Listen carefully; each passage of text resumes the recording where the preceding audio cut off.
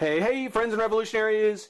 Here to take a look at the final figure from the DC Direct Ane-Comi Heroine Series 1 minifigures. We're taking a look at the vivacious vixen of vegetative villainy, Miss Poison Ivy. And just to let you know, I had to practice that. Poison Ivy, nice figure, nice character. Definitely an appropriate fit for the girls of Gotham. When you look at the other figures that are in the set, of course, it's the Heroine series. So we're going to have Batgirl being the heroine. And then Poison Ivy and Harley, well, I mean, they do make a dastardly duo of dames. So if you have Harley, yeah, it seems to make pretty good sense to me that we're going to have Ivy along with her. But, you know, really, I don't know if I would have picked Ivy as a figure for this set. You know, if you're trying to get kind of some heavy hitters for the girls of Gotham, Batgirl, absolutely.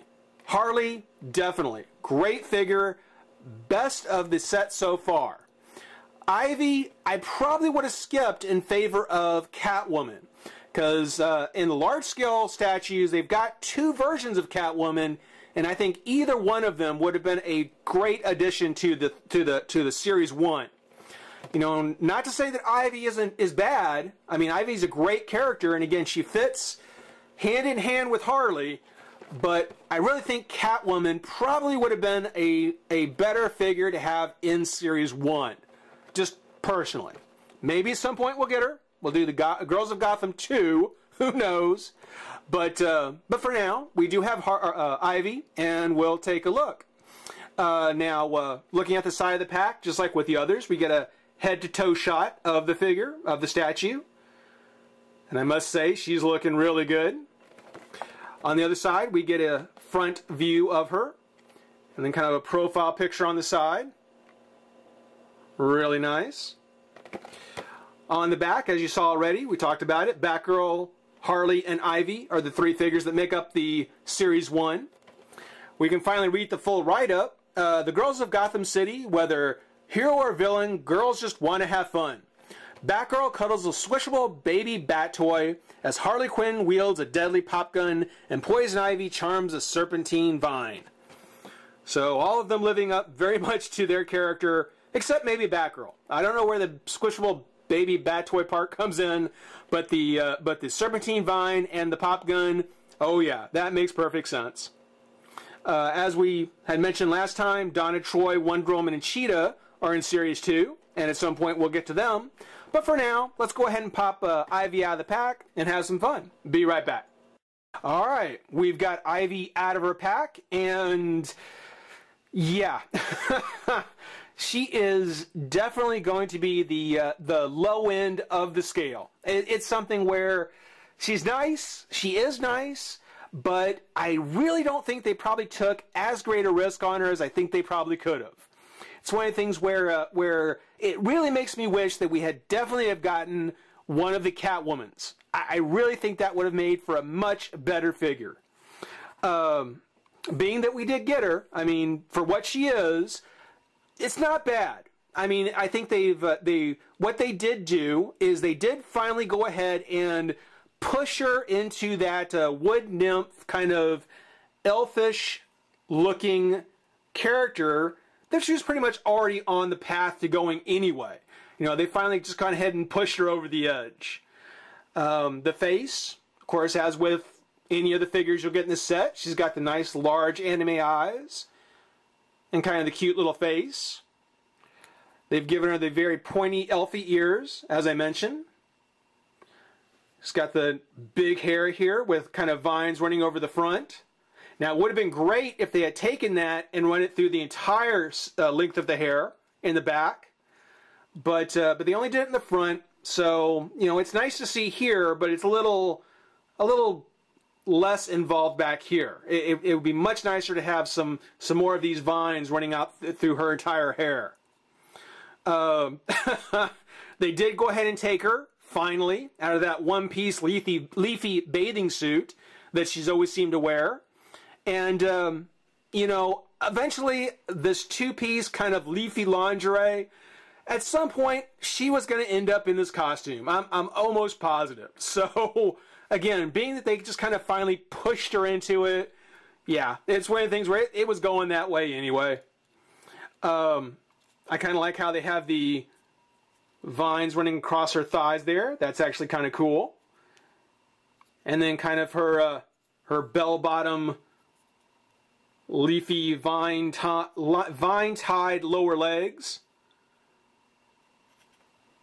With her very earthy kind of bare feet. Again, it really has that kind of wood nymph, kind of elfy, sprite kind of druid or dryad sort of thing.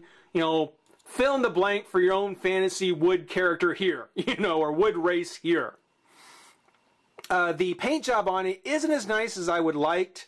It has a nice dark green underneath, with basically just a lighter green dry brushed over it. And that goes for her top and bottom, to her little bikini. The vines, just throughout the whole figure. And on the box, there was showing some paint here that looked like it was a little bit more of a wood grain, and it wasn't just, you know, green. It wasn't just the leaves. There was actually some wood color in there. Kind of mixed it up a bit and made it look a little bit nicer. So, you know, as far as the outfit she's wearing, yeah, blah. You know, it could have been much nicer if there had been a little bit more paint put into it, a little more color on there. On her hair, now I will say the hair actually has some nice depth to it. It's not just that dark orange. They've actually put a little bit lighter color into it. And it's a very big, she's got some very big hair, almost like it's the bud of a flower. I'm sure that was by design. I'm not sure how much I like it. I think it's a little too big for her little head. But yeah, that's one thing there. One thing that I noticed on the box was that it looked like her hair, where it's split in two, was a separate piece that was actually plugged in. I am happy to see that it is actually one full piece for her hair and not two separate ones. Now, I think that her hair actually probably should have stopped here. I think it actually would have been better if it would have stopped, and then for these two pieces to actually have been painted as vines, you know, carry the vine pattern from the front of her hair to the back, and then have it spread out like this. Because the two vines she's actually kind of playing with, the one she's kind of cooing here, and then this poor guy right here, who, not sure what his problem is. He doesn't look too happy. They're nice, but Ivy's always best when she seems to be surrounded by plants. So, you know, leaving her hair kind of more of a I guess a collar length, and then making these just two additional vines, I think really would have helped out. I think would have helped out a lot. I also think that Ivy suffers quite a bit from the fact that these figures have come with very plain bases. I think that that when it comes to Poison Ivy, again, the more plants she has around her, the more they kind of surround her with the whole kind of a plant-like theme, the better she looks. And so a base that would have been more involved with plants and vines and leaves and, you know, what else, you know, whatever else you want to put in there, just kind of sprouting up around her, would have made her look a lot better as well. You know, as it is, as I said, I mean, this is not something that I think that was really that big a shock to anybody. I don't think anybody seeing this was really taken aback by the way they redid the figure or the way they reimagined her. It's pretty much on the way. She was pretty much on this direction anyway. So not bad. I mean, for what she is, she's actually quite nice. She fits in well with the others. But yeah, it really makes me wish that we do get a Catwoman at some point. And makes me almost sad I didn't start with Ivy, because I think Harley is a much stronger character and would have been a much nicer one to go out on. Taking a closer look at the vines, just to kind of give you a look at him. Kind of see him with his big smile. Would have been nice if they had painted in the teeth, I guess. And this kind of grumpy looking dude. And then take another look at close-up of Ivy's face. Again, not terrible, not a bad figure at all, really. Just, you know, could have benefited from a little more work. You know, maybe a little bit more of a risk. As with the others, she is a PVC statue, so she's got no articulation anywhere. It's all pretty solid. The vines have a little bit of a give, but that's understandable. You know, her hair has a little bit of a give here.